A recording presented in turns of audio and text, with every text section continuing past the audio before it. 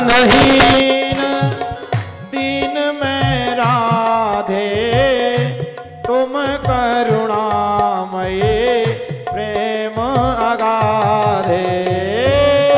साधनहीन दीन में राधे तुम करुणामयी प्रेम अगाधे।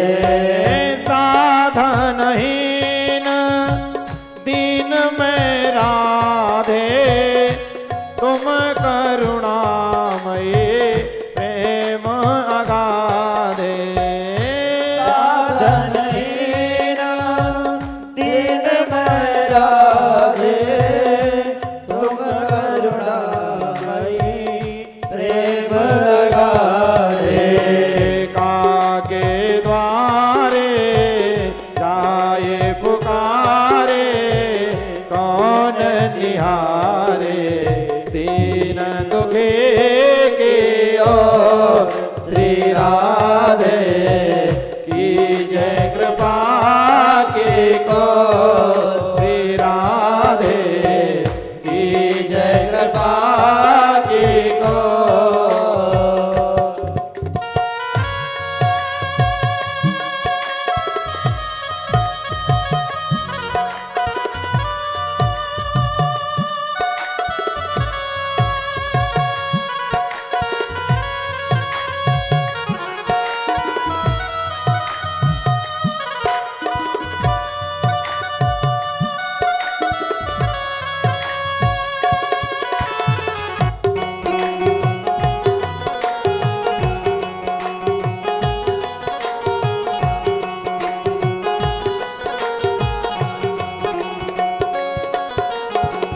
करत अधन नहीं नैन अघाऊं भजन करन में ना मन को लगाऊं।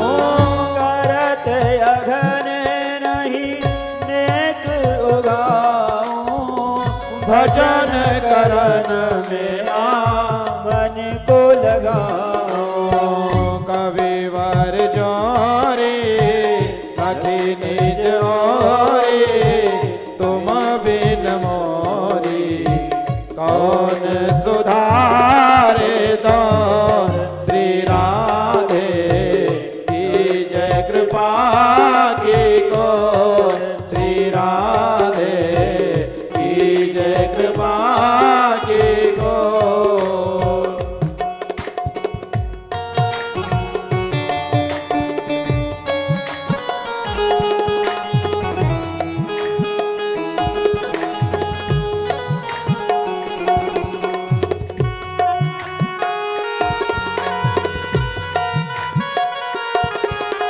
जय हो।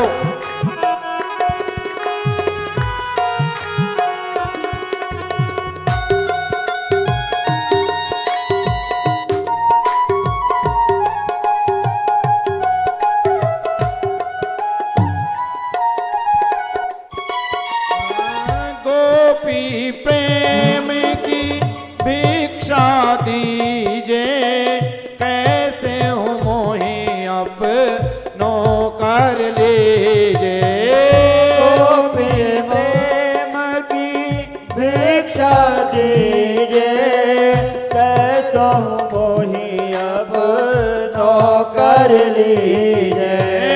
गोपी प्रेम की भिक्षा दीजे कैसे हूँ मोही अब नो कर लीजे। गोपी प्रेम की भिक्षा दीजे कैसो मोही अब नो कर लीजे। तुम गुण गावत दिवस बितावत जग भरि आवत हैं प्रेम विभोर श्री राधे की जय कृपा की को श्री राधे की जय कृपा की को। तरस की सोरे पयस की थोरे रति रस भोरी की जय कृपा की को श्री राधे की जय कृपा की को श्री राधे की जय कृपा की को श्री राधे की जय कृपा की को श्री राधे की जय कृपा की जय जय श्री राधे जय जय श्री राधे जय जय श्री राधे श्याम जय हो। वसुदेव जी मैया देवकी को ये बात जब पता लगी कि हमारे पुत्र कृष्ण ने अपने गुरु पुत्र को जीवित करके दिया गुरु दक्षिणा में, तो मैया देवकी के मन में भी भाव आया और भगवान से बोली, हे जगत नियंता जगत पालक,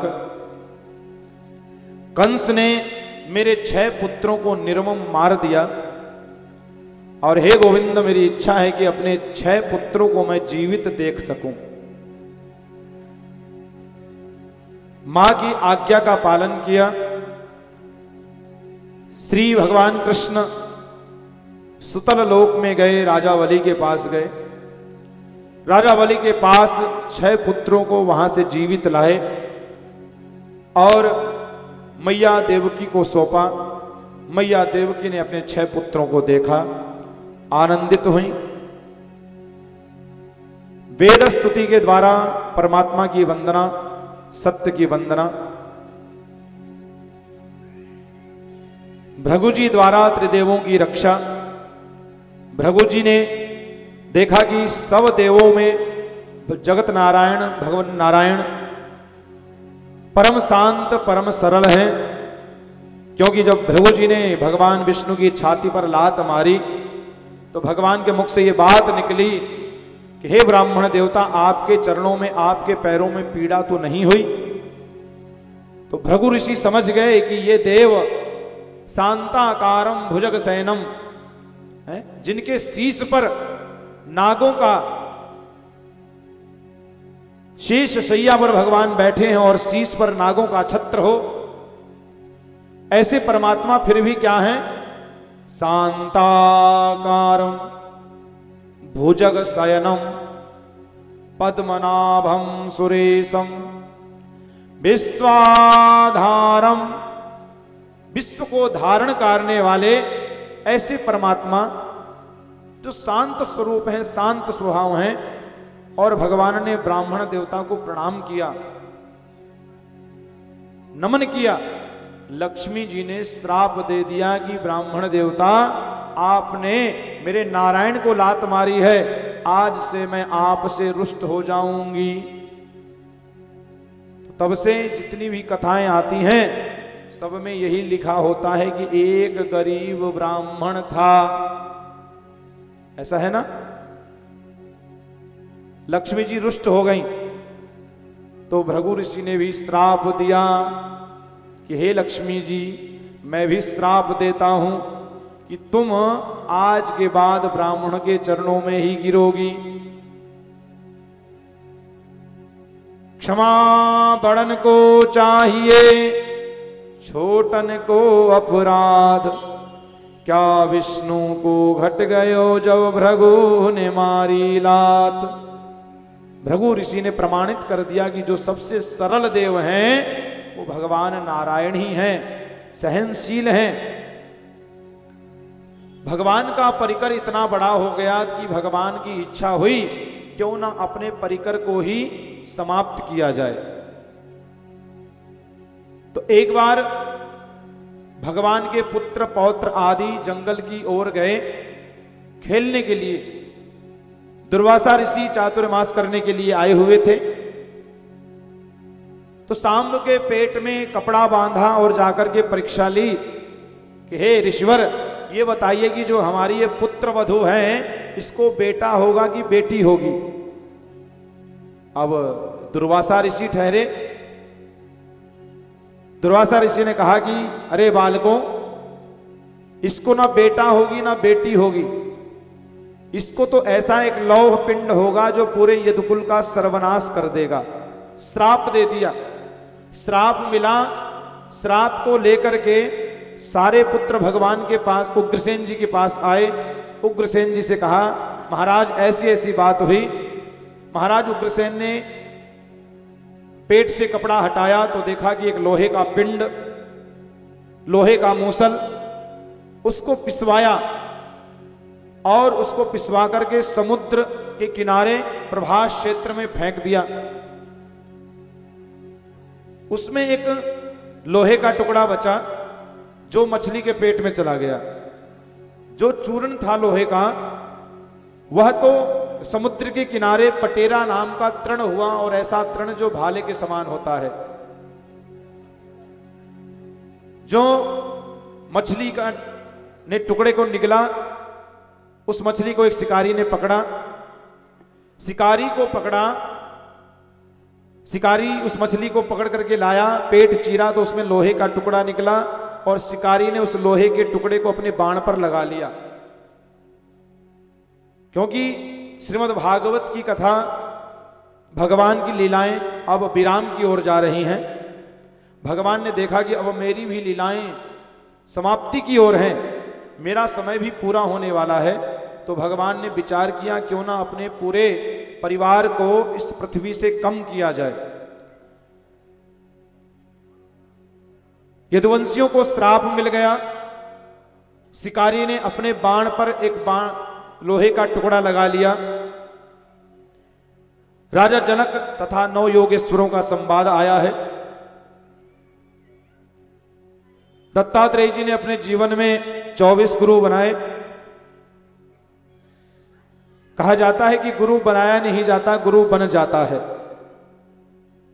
आजकल गुरु इंटरनेट में सर्च करके बनाया जाता है। जिसके पास ज्यादा भीड़ होगी हम उसके पास जाएंगे, चाहे वहां कभी गुरु के दर्शन ना मिले। नाम दीक्षा भी स्टेज पर बैठ करके दे देते हैं। दीक्षा वहां लीजिए जहां पर आपकी श्रद्धा बन जाए, भाव बन जाए, आपका विश्वास बन जाए। दत्तात्रेय जी ने अपने जीवन में 24 गुरु बनाए। 24 गुरु शिक्षा गुरु बनाए, न कि दीक्षा गुरु। मंत्र देने वाला, कान फूंकने वाला एक ही गुरु होता है।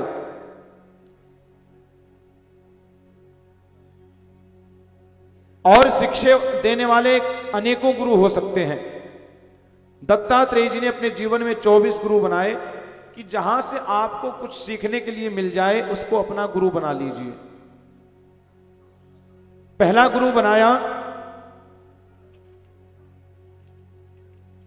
कि अवधूतोपाख्यान में बताया, पहला गुरु बनाया पृथ्वी को।